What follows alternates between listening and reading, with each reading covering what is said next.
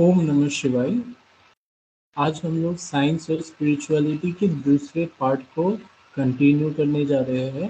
तो हमारे साथ रंजीत कौर माता जी जो ज्ञान सुबह आध्यात्मिक विद्यालय की एडमिन है, वो आज हमें विज्ञान और अध्यात्म के दूसरे पार्ट में डिस्कस करेंगे। तो ओम नमः शिवाय। ओम नमः शिवाय। हर हर महादेव। तो आज खुशी का दिन भी है। सबको मेरी क्रिसमस। सबके जीवन में खुशियां आए। इस संगम युग पर हमें जो गिफ्ट मिला है, महादेव जी का ज्ञान मिला, बड़े दिन भी बोलते हैं, तो ये संगम युग हमारे लिए बड़े दिन के समान है। तो हमें बहुत खुशी से ये जीवन व्यतीत करना चाहिए, क्योंकि फिर पता नहीं किस जन्म में ये ज्ञान मिले या ना मिले। तो हमने जो ज्ञान डिस्कस किया था लास्ट क्लास में, साइंस और स्पिरिचुअलिटी का क्या रिलेशन है, तो अभी हम उसी को आगे कंटिन्यू करेंगे, क्योंकि सूक्ष्म और स्थूल दोनों की इंपॉर्टेंस है। साइंस स्पिरिचुअलिटी को प्रत्यक्ष करती है, क्योंकि स्पिरिचुअलिटी सूक्ष्म है। तो इसलिए हमने दोनों को साथ लेकर हम बात करते हैं, ताकि समझना आसान हो जाता है। साकार में और सूक्ष्म में कैसे बैलेंस मेंटेन कर सकते हैं हम। तो आज हम इसी के बारे में समझेंगे। जैसे हम स्पिरिचुअल क्लासेस में योग करते हैं, ज्ञान सुनते हैं, तो बहुत अच्छा लगता है, हमारे को बहुत मजा आता है। तो ऐसे ही कुछ चीजें, जैसे हम जो भी चीजें पसंद करते हैं, घूमना फिरना, सजना संवरना, खाना पीना, तो वो भी तो अच्छा लगता है ना। तो स्थूल का भी एक रोल है। योगी माना क्या? जो सुबह उठकर साधना भी करे, शरीर को स्वस्थ रखना भी हमारा काम है। जैसे घर की हम सफाई करते हैं हर रोज, तो उसके लिए हम ये तो नहीं सोचते कि प्रेयर करेंगे तो फिर घर में गंद आएगा ही नहीं, मिट्टी आएगी ही नहीं, है ना। हम कितना भी ध्यान रखें, मिट्टी तो आ ही जाती है। तो इसलिए हमने रेगुलर, अगर हम शरीर का भी ध्यान रखते हैं, जैसे घर की सफाई करते हैं, ऐसे शरीर की भी सफाई करनी है और मन की भी सफाई करनी है। तो प्रकृति का भी हमने मजा लेना है। सारे टेस्ट जो भी प्रकृति हमें देती है वो भी हमने एंजॉय करने हैं, और साथ में साधना भी करनी है। अब निरोगी काया के लिए, उसके लिए हमें वो स्पिरिचुअल योगा नहीं करना, उसके लिए तो साकार साधना करनी होगी ना। जैसे कंचन काया 3 तत्वों की होती है ना। ज्ञान भी क्लियर होना चाहिए। 5 तत्वों की काया, कंचन काया कभी नहीं होती, है ना। आर पार हम नहीं देख सकते 5 तत्वों की काया को, वो पारदर्शी नहीं होती। 3 तत्वों की जो काया है वो पारदर्शी है ना। वो 3 तत्वों की दुनिया में ही होती है, यहाँ पर होती है। इसको भी हम कह सकते हैं कि जो पारदर्शी काया, जो साकार वतन में हम लोग कहते हैं ना, नेगेटिव एनर्जीज हैं, भूत प्रेत होते हैं, उनकी काया भी पारदर्शी है। लेकिन क्या फर्क है? भूत प्रेत होते हैं तो, और फरिश्ते भी होते हैं। भूत जो होगा वो क्या देगा? दुख देगा। और फरिश्ता क्या देगा? सुख देगा। तो यहाँ पर किसी किसी इंसान को हम देखकर हमें अच्छा लगता है तो इंसान ही ना सभी, लेकिन किसी किसी को देखकर अच्छा नहीं लगता। तो कंचन काया आपकी वैसे हो ही जानी है, उसके लिए कुछ नहीं करना, सबकी हो जाएगी कंचन काया, है ना। तो कंचन काया लेकर अगर हम सुख भोगते हैं फिर तो अच्छा है, अगर दुख भोगते हैं तो फिर तो अच्छा नहीं है, नेगेटिव एनर्जी हो जाएगी ना हमारी। तो मन को निरोगी रखने के लिए हमें आत्मज्ञान और आत्म योग काफी है, एक गृहस्थ जीवन के लिए, है ना। इतना ये अगर हम कर लें आत्म ज्ञान और आत्म योग, तो उससे बहुत शांत हमारा मन भी हो जाता है और अच्छा जीवन निकल जाता है। लेकिन अगर हम गृहस्थ जीवन से आगे बढ़ना चाहते हैं, परमात्मा के कार्य में सहयोगी साथी बनना चाहते हैं, तो इसके आगे फिर क्या है? दिव्य ज्ञान है, दिव्य योग है, फिर परमार्थ की भी शक्ति आएगी ना। वो परमार्थ जो होगा वो निस्वार्थ होगा, फिर निश्चल होगा, उसमें कोई स्वार्थ नहीं होगा। तो पहला स्टेप तो यही है कि आत्मज्ञान और आत्म योग के जो हमने 7 स्टेप्स सीखे जो लास्ट क्लासेस में, वो पहले हमें कंप्लीट करने हैं।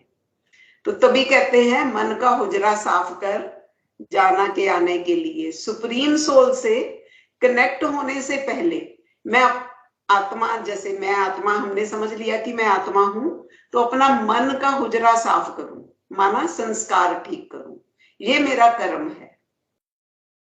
देह भान के संस्कारों की जो मिक्सिंग हुई पड़ी है उसको हमने निकालना कैसे है? जैसे जैसे मूल संस्कार बढ़ते जाएंगे तो वो जो इम्प्योरिटी है वो खत्म होती जाएगी। जिसके मूल संस्कार बढ़ते जाएंगे उतना ही वो हायर स्टेज में माना जाएगा। किसी से हमने चेक नहीं करवाना, खुद ही डेली चेक करना है। आपको चाहे कितनी भी हायर फील आए, ज्ञान में आता है ना हमारे को कि ज्ञान हो गया, हमारे हम तो बहुत आगे बढ़ गए स्पिरिचुअलिटी में, तब भी हमने ये कर्म चेकिंग वाला नहीं छोड़ना, क्योंकि कुछ पता नहीं हमारे 80% से कब 0 हो जाए वो संस्कार। जैसे घर की सफाई हर रोज करनी पड़ती है, तो इस साकार दुनिया में अपनी चेकिंग भी हर रोज करनी पड़ती है। चाहे कोई संत महात्मा है, उसको भी ये चेकिंग करनी जरूरी है। अगर आपने धन कमा लिया है ना, तो उसको हम मेंटेन भी रखते हैं ना। कोई भी पावर है उसको मेंटेन करना है। चाहे धन की पावर है, उसको बढ़ाते भी जाना है और मेंटेन भी करना है। धन की पावर को भी ऐसे हम वेस्ट नहीं ना करते, उसको मेंटेन करना पड़ता है, चाहे कितना भी आ जाए धन। तो ये 2 तरह से होता है, एक तो सूक्ष्म में हायर करना और मेंटेन करना, दूसरा साकार में भी मेंटेन करना है। दोनों में डिफरेंस रहेगा। जो सूक्ष्म में आप फील करते हो जरूरी नहीं वो साकार में वैसा ही हो। इसको कहते हैं बैलेंस बनाकर रखना। जो सूक्ष्म में आप फील करते हो वही स्थूल में भी फील करो।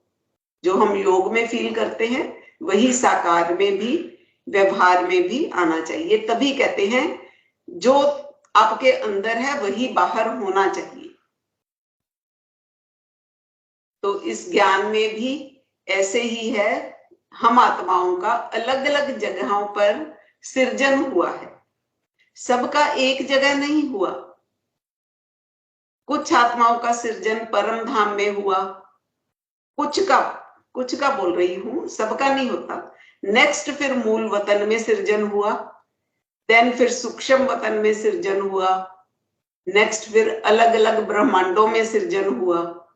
जिसका जहां सृजन हुआ, इस ज्ञान का ये वंडरफुल ज्ञान है जो बाबा का ज्ञान है। इस ज्ञान में जहां के भी आप होंगे, जब वो वाला ज्ञान आपके सामने आएगा ना, तो आपको फील आएगी, टचिंग होगी, सेटिस्फेक्शन होगी। जिसे कहते हैं ना अंतिम माना, कहीं तो एक इंसान जाकर सेटिस्फाई हो, कहीं तो इस ज्ञान का अंत होगा। तो वहां तक आपको वहां तक इसका अंत लगेगा ही नहीं। जो जहां का होगा उसको वहीं पर अंत लगेगा और वही वो जाएगा, उसके आगे वो जा ही नहीं सकता। नॉलेज तो हो जाएगी, नॉलेज तो हम सब जगह की ले सकते हैं, नॉलेज है ना, आप उसको एक्सटेंड कर सकते हो, लेकिन आपको फील नहीं आएगी वो। जैसे अगर हम इंडियन फॉरेन कंट्री में मिलते हैं, इंडियन से मिलके ही खुश होता है ना, दूसरे कंट्री के लोगों के साथ उतनी वैसी फील नहीं आती। ऐसे ही है इस ज्ञान में भी। तो जो पिछली बार भी हमने देखा था कि 4 गोले जो हमने 4 ग्लोब भी देखे थे, सूक्ष्म वतन से पहले तो जिनका सृजन की हम बात कर रहे हैं, सूक्ष्म वतन से नीचे जिनका सृजन हुआ होगा वो आत्माएं नीचे ही रह जाएंगी। जैसे ब्रह्मा बाबा का जो ज्ञान वहीं रहेगी, उसमें ही संतुष्ट होंगे, उन्हें लगेगा ही नहीं कि आगे भी कोई ज्ञान हो सकता है। जैसे कृष्ण के भक्तों को लगता ही नहीं कि इसके आगे कोई ज्ञान होगा, है ना, वो मानते ही नहीं किसी और ज्ञान को। तो इसलिए हमने किसी को फोर्स नहीं करना, इस पे हमने मेहनत नहीं करनी कहीं से किसी को छुड़ाने की या कहीं जोड़ने की, वो ऑटोमेटिक होता है। तो जो महादेव जी का ज्ञान हमने मेन देखा कि ज्ञानी आत्माएं तो हम हो गए उससे पहले, लेकिन उसके बाद जो महादेव जी का ज्ञान वो क्या कहता है, हमने साथ में गुणवान भी बनना है। जैसे ईमानदार होना अलग बात है ना, और अगर आप क्वालिटीज के बेस पर किसी को देखोगे तो अगर आप ईमानदार इंसान को आगे करते हो, ये आप पे डिपेंड करता है, या किसी हायर पोस्ट वाले को आगे करते हो, ये आपकी चॉइस है। क्योंकि उसमें वैल्यूज का, ऑनेस्टी का अगर लेवल ज्यादा है तो मूल वतन में जो महादेव जी की साथी आत्माएं हैं वहां पर वैल्यू बेस्ड हिसाब किताब है, और बाकी दुनियाओं में पोस्ट बेस्ड है कि किसकी पोस्ट ऊपर है, आगे है, उसको हायर माना जाता है। माना जिसमें ज्ञान ज्यादा है उसको आगे मानते हैं। तो हमने तो वैल्यूज पर काम करना है क्योंकि हम तो महादेव जी की साथी आत्माएं हैं, है ना। एलिजिबल जब आप हो जाते हो ना, अगर आप क्वालिफाइड हो, आपके अंदर कोई आर्ट है, आपके अंदर गुण है कोई, है ना, आप मेरिट होल्डर हो, आप एमबीबीएस हो, आप सर्जन है ना, तो आपको हर कंट्री वाले ही बुलाएंगे, है ना। हर कंट्री में रहने के लिए आप एलिजिबल हो गए। जिसमें कोई गुण होते हैं ना, फॉरेन कंट्री वाले किसको बुलाते हैं, क्या अमीर इंसान को बुलाते हैं कि जो अमीर है वो आ जाए हमारे कंट्री? वो क्या देखते हैं, जिसमें क्वालिटी हो, है ना, आर्ट हो कोई, उसको प्रेफरेंस देते हैं। तो क्वालिटी बेस्ड, वैल्यू बेस्ड हमारा सिस्टम होना चाहिए। जिसमें वैल्यूज होंगी वो अपने आप ही हर जगह एक्सेप्टेड होगा। जिसमें वैल्यूज नहीं, जैसे आर्टिफिशियल है, कई लोग वैसी ड्रेस डाल लेते हैं ना, त्रिपुंड लगा लिया, माला पकड़ ली, वैसा भेष बना लिया, है ना, उसको एक्सेप्ट तो कर लेंगे, है ना, लेकिन एक क्वालिटी के आधार पर, सिर्फ कि क्योंकि वो देखने में संत लगता है। जिसमें ऐसे दिखावट होती है ना, जिसमें ज्ञान है या शाइन मारती है कोई चीज, है ना, डायमंड की तरह, तो उस आधार पर, उस चक्कर में वो एक्सेप्ट तो हो जाएगा। लेकिन धीरे धीरे जब दूसरी क्वालिटी सामने आएंगी तो फेल हो जाएगा ना। अगर उसको ज्ञान भी प्रॉपर नहीं है, गुण भी नहीं है, तो वो बात नहीं बनेगी। जैसे एक संत का स्वभाव होता है, उसे गुस्सा आता ही नहीं। स्वभाव का मतलब उसके अंदर में संस्कार बन गया पीसफुल रहने का, है ना? एक सब्जेक्ट में तो वो 100% हो गया ना। पीस का जो हमारा आत्मा का ओरिजिनल लेवल है, आत्मा का एक सब्जेक्ट उसका कंप्लीट हो गया, वो स्टेबल हो गया। तो ये संत की पहचान है। वो इन एनी केस किसी भी परिस्थिति में उसका मन डिस्टर्ब नहीं होता, वो सिर्फ अवेयर होता है दुनिया में क्या चल रहा है। अवेयर होना जरूरी है, ये नहीं कि हम दुनिया से किनारा करके बैठ जाएं। अवेयर होना है कौन क्या कर रहा है। तो महादेव जी ने हमें लॉजिक्स के साथ सब सारा ज्ञान समझाया है, जो भी सत्य बताया, तो इसलिए हमें स्वीकार हो जाता है, आपका अंतर्मन एक्सेप्ट करता है। तो अब तक जो पहले से ज्ञान है हम जिन भी आत्माओं को, बीके का या बापू जी का, है ना, तो हमारा ऐसे है कि हम उस ज्ञान को नकारते नहीं। हम ये नहीं कहते कि तुमने जो आज तक सुना वो गलत है। आज तक जो भी सुना उसका भी कोई आधार है, कोई रीजन है जिस कारण से वो ज्ञान आया। हम सिर्फ उसका आध्यात्मिक रहस्य बता देते हैं, है ना। तो हम पिछले ज्ञान को भी एक्सेप्ट करते हैं और स्वीकार करके आगे बढ़ते हैं। किसी भी आत्मा को ये नहीं समझना कि वो गलत है। हर आत्मा अपने स्वभाव संस्कार के अनुसार जो कर रही है ठीक कर रही है। गीता का भी यही ज्ञान है ना, जो हो रहा है वो अच्छा है, जो हुआ वो भी अच्छा, तो उसको फुल स्टॉप लगा देना है, भूल जाना है। जब हमें ये ज्ञान समझ आ गया, ये कह ही नहीं सकते कि वो कुछ गलत हुआ है। जब ये बेसिक ज्ञान समझ लिया, हर आत्मा को जैसा ज्ञान मिला, उसकी जैसी समझ वैसा वो कर रही है। तो अभी हम वो जो 4 ग्लोब्स की बात की थी, एक बार उसका पिक्चर दिखा दो आप विशाल, फिर हम वहां से स्टार्ट करेंगे, क्योंकि लास्ट टाइम हमने दिखाई नहीं थी। जो 4 ग्लोब हमने कहा था कि पहला जो ग्लोब है ना, पहला, इसको वैसे हम 4th कह रहे हैं क्योंकि ये सबसे छोटा है, ये वाला साकार वतन वाला। 5 एलिमेंट्स की दुनिया ये है, और जो दूसरा नेक्स्ट है ये वाला सूक्ष्म वतन वाला, तो ये है 3 तत्वों की दुनिया, 3 एलिमेंट्स की दुनिया। पहला है 5 तत्वों की दुनिया, सेकंड है 3 तत्वों की दुनिया, है ना, और ये उसके ऊपर फिर जो है वो है 2 तत्वों की दुनिया, और फिर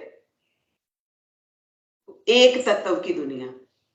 तो इसका एरिया हमने क्या बताया था कि साकार वतन का जितना एरिया है उससे डबल एरिया ये सारा हो गया सूक्ष्म वतन, क्योंकि ये एरिया डबल है, साकार वतन से डबल है, क्योंकि इसीलिए ये बड़ा है। और जो मूल वतन है वो साकार और सूक्ष्म दोनों को मिलाकर उसका डबल है मूल वतन। और जो परम धाम है वो इन तीनों को ऐड करके उसका डबल परम धाम, ये फर्स्ट वाला जो ग्लोब है, ये सबसे बड़ा है। अब ये एरिया इतना ही है, लेकिन इसके अंदर ही साकार वतन है, सूक्ष्म वतन है, मूल वतन है, और ये ऊपर परम धाम है, ये वाला। और मूल वतन में क्या बताया था कि परम आकाश और परम वायु तत्व है, इसलिए वहां पर अग्नि तत्व नहीं होता।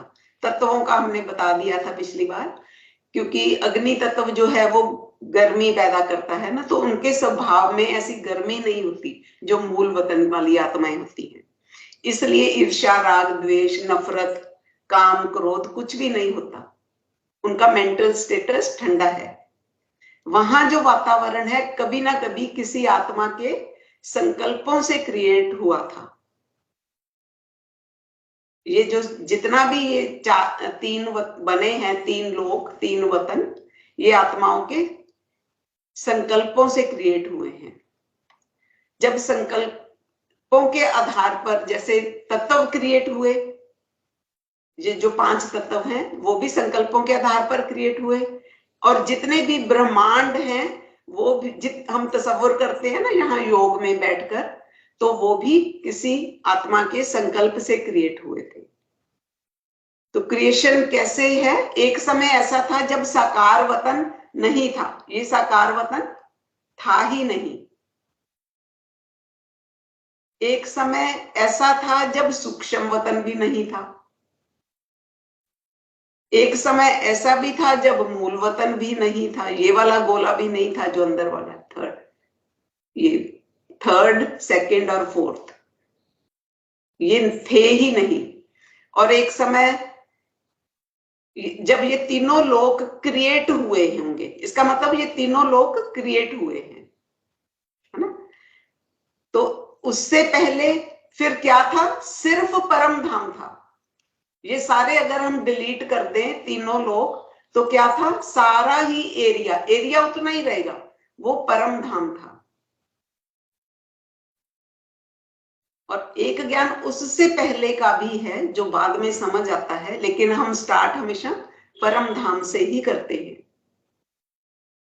साकार वतन कब नहीं होगा? जब उसमें ये जो दो तत्व ऐड हुए ना, जल और पृथ्वी ऐड हुए, तभी तो ये साकार वतन बना। 5 एलिमेंट्स की दुनिया, साकार वतन शुरू हो गया। और तब क्या था, जब ये साकार वतन भी बन गया, ये 4 थे, 1 2 3 4, ये 4 गोले थे, ग्लोब जो थे 4 थे। लेकिन उससे पहले, इसका मतलब जब ये नहीं है तो कितने थे, 1 2 3, सिर्फ 3 थे, 3 ग्लोब थे। और उस समय यहां पर सूक्ष्म वतन में सिर्फ 3 तत्व ही थे, अग्नि, वायु और आकाश। ये भी ऐड हुए तभी ये सूक्ष्म वतन बना ना। उससे पहले अगर हम एक तत्व और कम कर दें, कम हो गया, जब 2 तत्व रह गए, अग्नि, और अग्नि को डिलीट कर दिया हमने, खत्म हो गया, तब 2 तत्व ही थे मूल वतन में, और सूक्ष्म वतन था ही नहीं, तो तब 2 ही ग्लोब थे, परम धाम और मूल वतन। ऐसे कोई बाउंड्री नहीं बनी हुई, ये तो हमने समझाने के लिए ऐसे बना दिया ना। जैसे यहां हिंदुस्तान पाकिस्तान ने बॉर्डर बना लिए, वो तो हमने लाइन लगा दी, बाकी धरती पर ऐसा कुछ बंटवारा तो नहीं है ना कि ये हिंदुस्तान है, ये पाकिस्तान है। ऐसे ही ये गोले भी हमने बनाए हैं। एक समय पर सारा एक ही था। यहां के संदर्भ में हम कहते हैं साकार वतन, सूक्ष्म वतन, मूल वतन। लेकिन एक समय केवल मूल वतन और परम धाम था, और एक समय ऐसे भी रहा जब सारा ही परम धाम था, मूल वतन भी नहीं था। आज हमें समझ नहीं आती ना आत्माओं का क्या हिसाब किताब है, क्योंकि हमने ये ज्ञान सुन लिया कि कोटि कोटि ब्रह्मांड, हर ब्रह्मांड में सोलर सिस्टम, क्रिएटर, फिर गैलेक्सी। सूक्ष्म वतन में है ये सारे ब्रह्मांड जो है, साकार वतन में भी हैं, लेकिन वो प्योर वाले नहीं है। इसको परम लाइट वाले, जो सूक्ष्म वतन में ब्रह्मांड हैं, वो परम लाइट के हैं। तो गैलेक्सी, फिर उनमें सारी आत्माएं, तो आप सोचो कितनी आत्माएं होगी। अगर हम कहते हैं ये तीनों लोक ही नहीं है, तो आत्माएं भी तो कम हो जाएंगी ना। हमने दोनों को साथ साथ समझना है, आत्माओं का हिसाब भी समझना है, और ये वतन जो है इनका हिसाब भी समझना है। तो इसलिए साइमल्टेनियसली आत्माएं भी कम होती जाएंगी, है ना। फिर अभी जैसे जैसे डाउनफॉल हुआ, तो अभी इसको एक बार बंद कर दो बेशक आप, तो आत्माओं की बात कर लेते हैं। जैसे जैसे डाउनफॉल हुआ ना, आत्माएं बढ़ती गई, आत्माओं के बढ़ने से ही गिरावट आई है। अगर आत्माओं को भी समेटेंगे, इसकी वापसी करेंगे, है ना, तो साकार वतन को वापस लेंगे, तो अकॉर्डिंगली सोल्स भी वैसी नहीं होगी, साकार वतन वाली सोल्स, है ना। जिन आत्माओं के कारण डाउनफॉल आया, तो वो आत्माएं भी नहीं होंगी, उन आत्माओं का थॉट सिस्टम भी सिमट जाएगा, माना उस क्वालिटी की आत्माएं ही नहीं होंगी। तभी तो साकार वतन सिमटेगा। जैसे हम कहते हैं जहां पर टेररिस्ट होते हैं ना, तो उस एरिया को क्या बोलते हैं, ये टेररिज्म अफेक्टेड एरिया है। तो वो अफेक्टेड एरिया कब नहीं माना जाएगा, जब वहां पर टेररिस्ट नहीं होंगे। वातावरण का और आतंकवादियों का रिश्ता है ना, तभी वैसा वातावरण बना उनके थॉट सिस्टम से। टेररिस्ट नहीं होंगे तो टेररिज्म खत्म हो गया मानेंगे, फिर वो अफेक्टेड एरिया नहीं रहा ना, तो वो खत्म हो गया साकार वतन। क्योंकि वो जब आत्माएं ही नहीं वो रही वहां पर, तो वो उनके कारण से जो डाउनफॉल हुई थी वातावरण में, तो वो खत्म, वो एरिया फिर चेंज हो जाएगा ना। हम कह तो देते हैं एक समय पर साकार वतन नहीं था, इसका मतलब साकार वतन वाली एक भी आत्मा नहीं थी, तभी साकार वतन नहीं होगा। एरिया तो उतना ही रहेगा,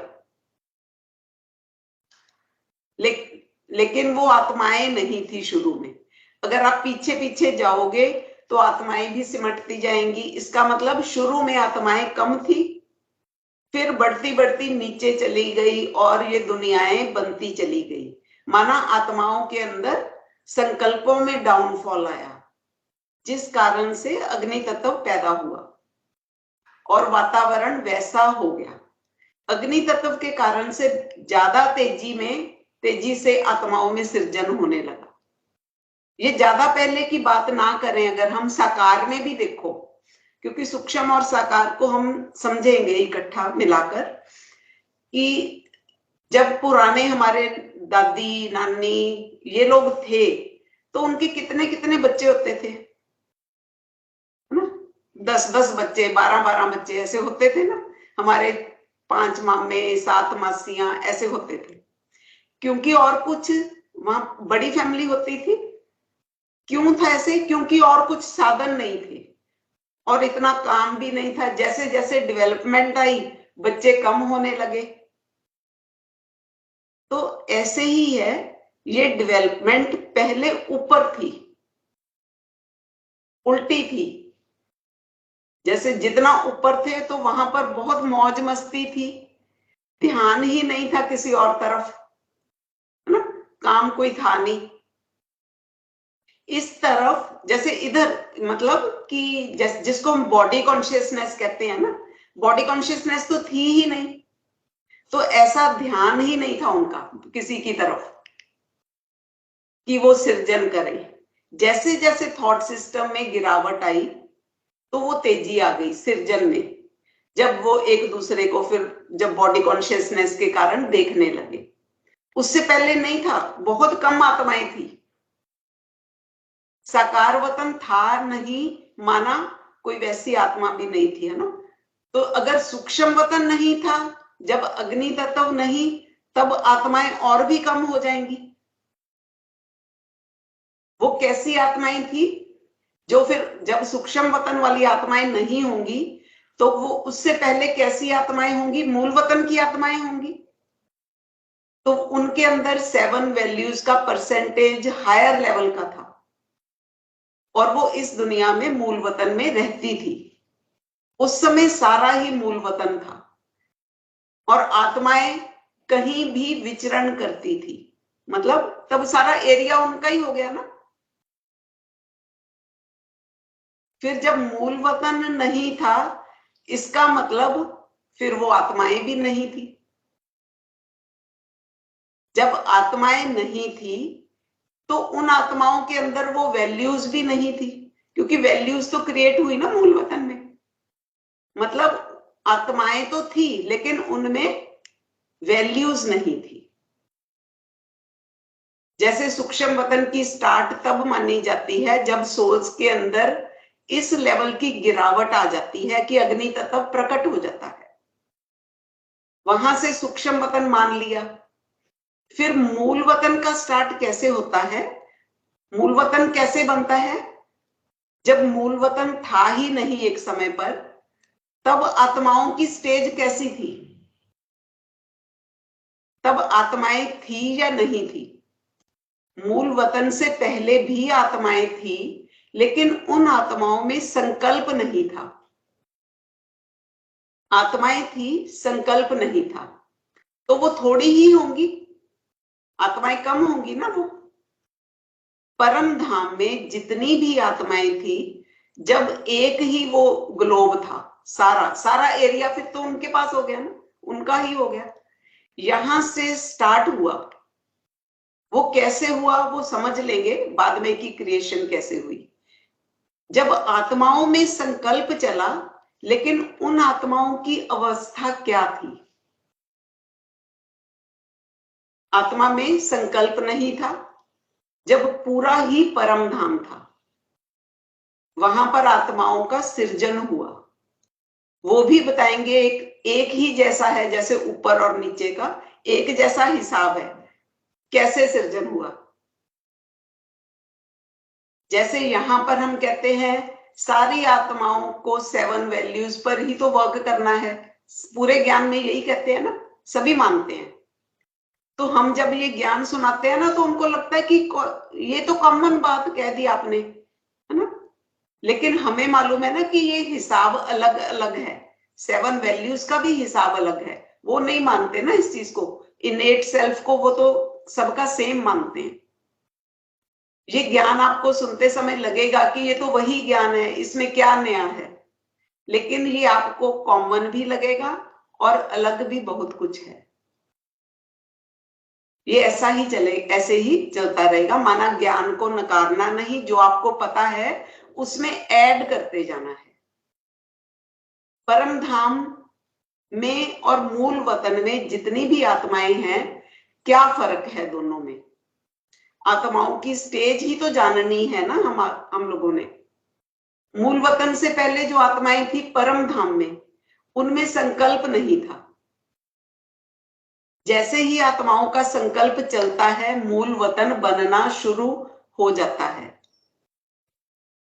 माना वही आत्माओं का जब संकल्प चला, जो परम धाम में थी, संकल्प उठा मूल वतन में, मतलब इसलिए हम तब से मूल वतन मान लेते हैं। संकल्प चले, लेकिन डाउनफॉल नहीं थी उस समय। संकल्पों के आधार पर वे दुनिया बनी थी। संकल्पों के आधार पर मूल वतन बना। पहले तो आत्माओं में वैल्यूज ऐड हुई, वो अलग से चैप्टर करेंगे कैसे वैल्यूज ऐड हुई। और एलिमेंट्स में पहले जो आकाश तत्व था उसमें क्या ऐड हो गया, वायु तत्व ऐड हुआ, और आत्माओं में वैल्यूज ऐड हुई। उसके पहले परम धाम में संकल्प नहीं है तो वैल्यूज भी नहीं है। सिर्फ आत्मा क्या है, स्टार है, एक बिंदु है। अगर हर इंसान की हम लाइफ हिस्ट्री पूछेंगे, है ना, इस दुनिया में, क्योंकि हम ऊपर और नीचे को इकट्ठा समझ रहे हैं ना, समझने के लिए किसी की भी, किसी बच्चे की लाइफ हिस्ट्री हम जानना चाहते हैं, पूछेंगे कि स्टार्टिंग से बताओ, तो हम क्या करते हैं, हम अपने जन्म की तारीख बताते हैं, वहां से स्टार्ट करते हैं ना। आप अपनी हिस्ट्री यहां से शुरू करोगे, लेकिन हम जानते हैं, है ना, हम मेच्योर पर्सन हैं, हम जानते हैं कि हम उससे पहले भी थे माता के गर्भ में, जिसके बारे में हमें नॉलेज नहीं है, लेकिन हम थे। तो वो ऐसी स्टेज है कि हम थे, लेकिन हमें खुद के होने का पता नहीं था। हम अपनी हिस्ट्री कहां से जानते हैं, जब हम दुनिया में आए, लेकिन हम थे तो उसके पहले भी माता के गर्भ में। जन्म कब मानते हैं, जब माता से उसको वो जो जोड़ा होता है ना, जुड़ा होता है, जहां जिसके साथ माता अम्बिलिकल कॉर्ड कहते हैं, नाल बोलते हैं, उससे जुड़ा होता है, उसको काट देते हैं, तब बच्चा अलग हो गया, इंडिपेंडेंट हो गया। तब से हम अपने जीवन की जो हिस्ट्री बताते हैं, तब बच्चे का संकल्प चलता है। उससे पहले बच्चे का अपना कोई संकल्प नहीं है। वो है, लेकिन उसे अपने होने का भान नहीं है। वो एक स्टेज है 9 महीने की। जैसे हम कहते हैं ना कि बच्चा पेट में तो है, अगर 3 महीने निकाल कर 6 महीने बाद कहते हैं आत्मा आती है, तो वो 6 महीने तो था ना गर्भ में उसको, लेकिन खुद का भान नहीं होता। उसको हम कहते हैं गर्भकाल या गर्भा अवस्था, जिसका ना कोई जिक्र करता, ना ही आप किसी से शेयर करते हैं। हम गर्भ से में कैसे रहे, वहां इसकी जरूरत ही नहीं लगती, कोई डिस्कस नहीं करता। हम आत्माओं का परम धाम में गर्भकाल है। मैं सिर्फ उन आत्माओं की बात कर रही हूं जिनका सृजन परम धाम में हुआ। वो रियल में आदि शक्ति की संतान है। रियल में जो उनकी मां है वो डायरेक्ट शिव शक्ति है। रियल में जो उनकी मां है, तो जिन 2 शक्तियों ने, जिसे हम शिव शक्ति कहते हैं ना, जब हम कहते हैं कि परम धाम था और कुछ नहीं है, ना मूल वतन, कुछ भी नहीं है। तो वो जो हमने पहले फोटो दिखाई थी उसके टॉप पे हमने शिव शक्ति को दिखाया ना, परम धाम से भी पहले। तो वो एक बार आप बीच में दिखा देना। माना कोई आत्मा भी नहीं है, कुछ भी नहीं है, कोई आत्मा भी नहीं। जब सिर्फ परम धाम है, कोई आत्मा नहीं है, तो फिर परमात्मा भी नहीं है।